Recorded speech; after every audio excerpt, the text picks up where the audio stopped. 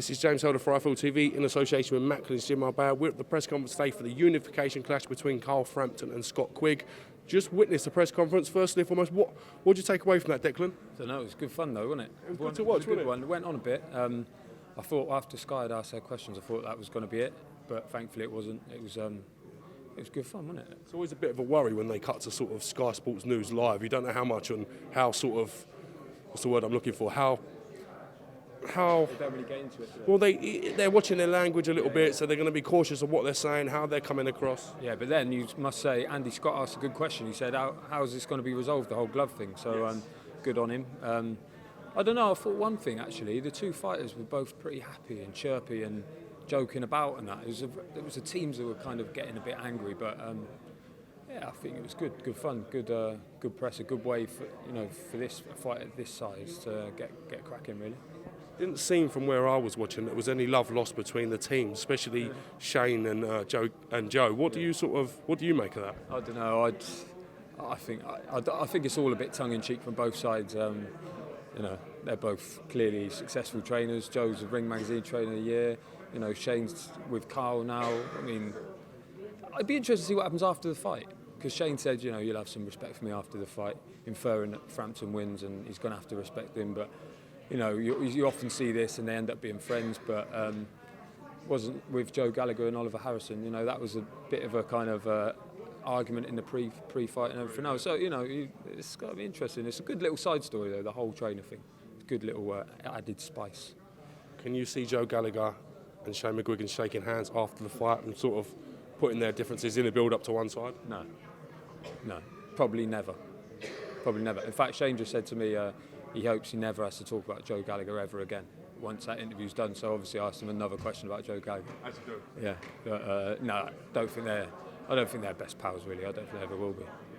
The fight, it's got so much of a build-up, so much a hype of it. Do you think sometimes we run the risk of seeing an anti-climax and maybe a coy affair to start with, in which case? Well, yeah, maybe, but not this fight. But I tell you what can happen sometimes. There's obviously so much riding on it that it's cagey. They'll both be cagey. Don't want to give anything away. Especially they're both promising a knockout, which is obviously not exactly unusual, but still, I can't see it being anything other than a great fight, really. I know what you mean about anti-climax, because it's been 4 years in the making or whatever, but yeah, I think we're going to enjoy it, aren't we?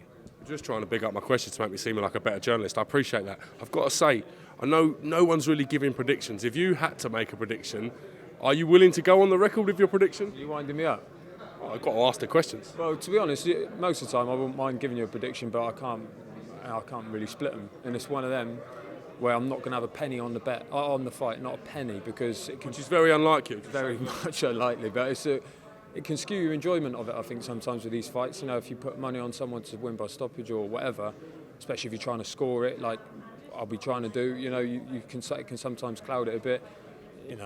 Both of them that's why it's so big, it's so hard to split them. Who do you think is going to win? Again, it's a hard one to call. I'm going to sit on the fence because I said I always do, but it is a tough fight to call. Answer this then. Do you, when this fight was made, straight away you have a gut feeling who's going to win? Has that changed for you at all? Yes, it's gone. I've been swayed back and forth a couple of times, and I don't think it's from anything other than the TV coverage and the build-up and seeing how confident each man is, I suppose.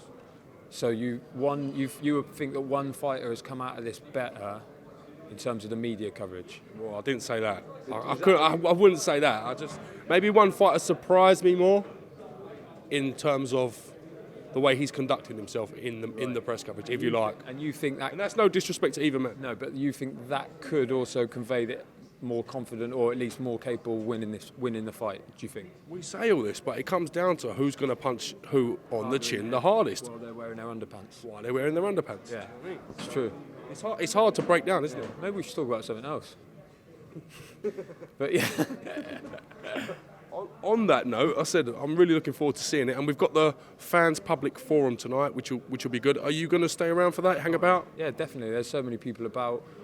Apparently a lot of the Irish have got in now. Obviously, the Irish journalists it's always good to see those boys over. Yeah. They love a pack, just like the. Ask them to make an effort to come over, doesn't it? Yeah, it's not far, but yeah, and it's always good when they're in town. I think that fans forum should be good. Some good names there. It's all just a bit, all part of the kind of fight week. It's good when these little things happen. So yeah, happy days. Weighing should be fun. Weighing's going to be great. I've got to say, I really like your coat, by the way. Yeah, it's because it matches yours. Exact same one as I've got on.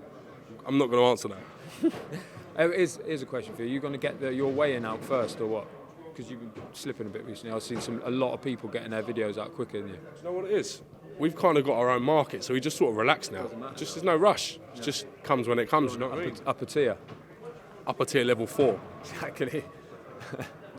On that note, I'm going to leave you. I know your stepdad Jeff Powell's here, so he's going to escort you around for a little while. Still got to get Eddie as well.